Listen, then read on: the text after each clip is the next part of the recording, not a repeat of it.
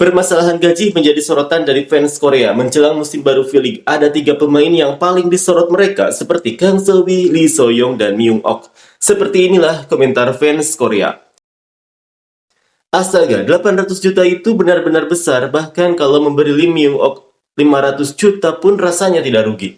Hentikan menaikkan gaji seenaknya. Kalau bukan karena kemampuan Kim Yeon-kong, jangan kasih 800 juta. Dalam pertandingan persahabatan Korea melawan Thailand, tingkat serangan keberhasilannya hanya 70%. Tanaja, di Haifa saja gajinya bahkan tidak sampai 2 miliar. Apa masuk akal Lee So-young dapat 7 miliar? Kalau kenaikan gaji Kang Seo-wi menjadi 800 juta menyebabkan kekacauan di Haipas, maka kenaikan gaji Lee Myung-ok sebesar 150 juta itu adalah imbas dari Lee So-young. Katanya karena sistem batasan gaji Lee Myung-ok juga ditentukan oleh klub. Sungguh, setidaknya batas gaji individu itu harus diturunkan menjadi maksimal 400 juta, karena satu orang mengambil 800 juta, pemain lain jadi terlalu banyak dirugikan. Apa masuk akal Kang Seo-wi dapat 800 juta, dalam voli ada 6 orang yang bermain di lapangan. Dan setauku batas gaji itu sekitar 2,4 miliar. Apa masuk akal satu orang mengambil sepertiga dari seluruh batas gaji? Padahal performanya juga tidak sehebat itu. Bahkan dibandingkan pemain asing kelas Aquamarine top level, dia cuma setara sedikit saja. Dengan kemampuan seperti itu, 2-3 miliar saja sudah cukup berlebihan.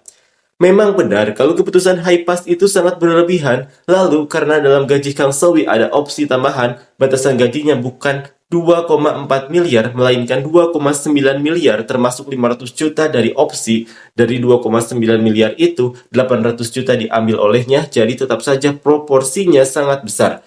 Di pasar yang kecil seperti ini, kesenjangan antara yang kaya dan yang miskin jadi terlalu besar. Tentu saja karena ini dunia profesional, mau tidak mau harus diterima juga. Karena Kang Seo-wi, Lee Myung-ok jadi ikut dirugikan. Lagi pula, musim lalu Kang Seo-wi juga tidak sepadan dengan gajinya. Kekacauan ini dimulai dari Park Chung-ah, lalu berlanjut ke Lee So-young dan sekarang ke Kang Seo-wi. Bagaimana dengan Lee So-young dan Kim Hee-jin di IBK? Masalah besar di Haipas adalah mereka mengontrak Kang Seo-wi dengan gaji yang sangat tinggi.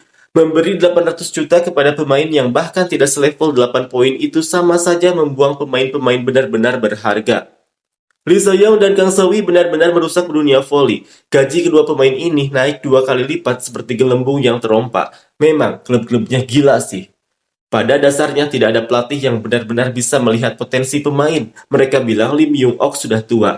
Padahal dia sangat menjaga kondisi tubuhnya dan itu tidak akan mempengaruhi beberapa tahun ke depan. Kenapa mereka tidak mengerti hal ini? Orang-orang yang sudah berpengalaman seperti itu seharusnya bisa melihat pemain dengan lebih jelas. Tapi pelatih-pelatih ini hanya tampak seperti pelatih tanpa kemampuan melihat pemain dengan benar. Kang Seo-wi enak banget, tapi Lee Myung-ok yang kena masalah. Apa ini benar-benar tim profesional? Mereka buat kontrak 800 juta selama 3 tahun, totalnya 2,4 miliar, tapi bilang komunikasi internal tidak berjalan dengan baik. Padahal pendapatan tahunan klub sekitar 400-500 miliar. Jadi kesalahan seperti itu masih bisa dimaafkan sekali-sekali. Ini semua adalah kemalasan moral dari perusahaan milik negara. Ini bukan pro volley, ini komedi volley.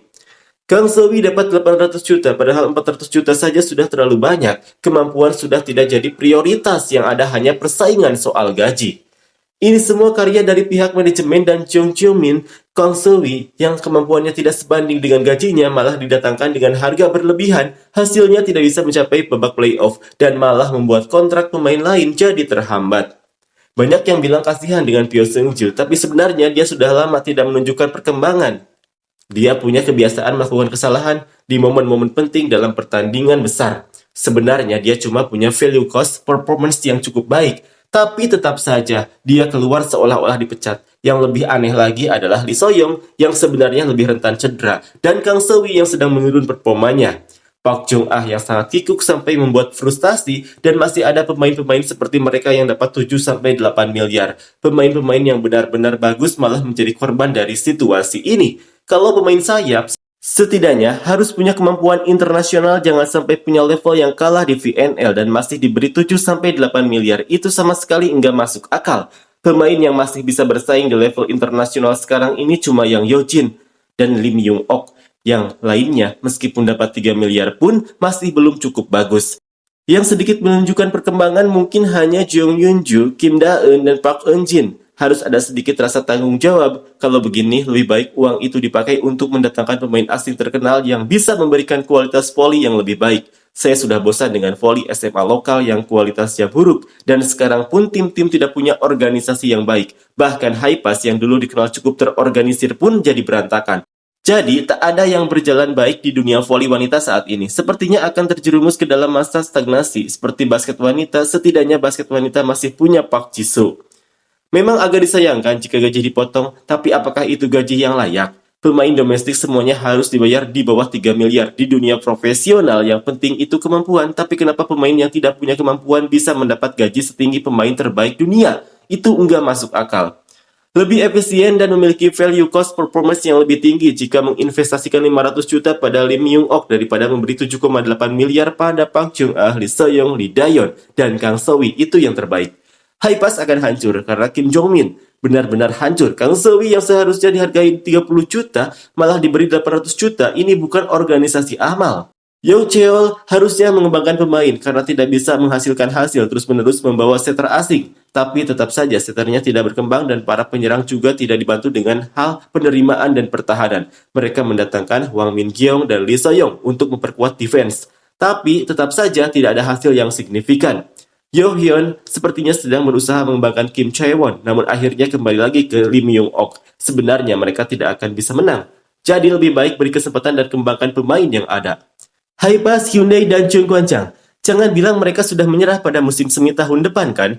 Tim-tim seperti Hankook dan IBK sedang bekerja keras untuk memperkuat pemain mereka. Pepper juga berusaha keras, dan jika Silva tidak pergi dan An Hye-jin kembali tampil bagus, mereka akan menjadi tim yang sangat kuat. Untuk tim-tim lainnya saya masih tidak tahu. Ini hanya analisis saya.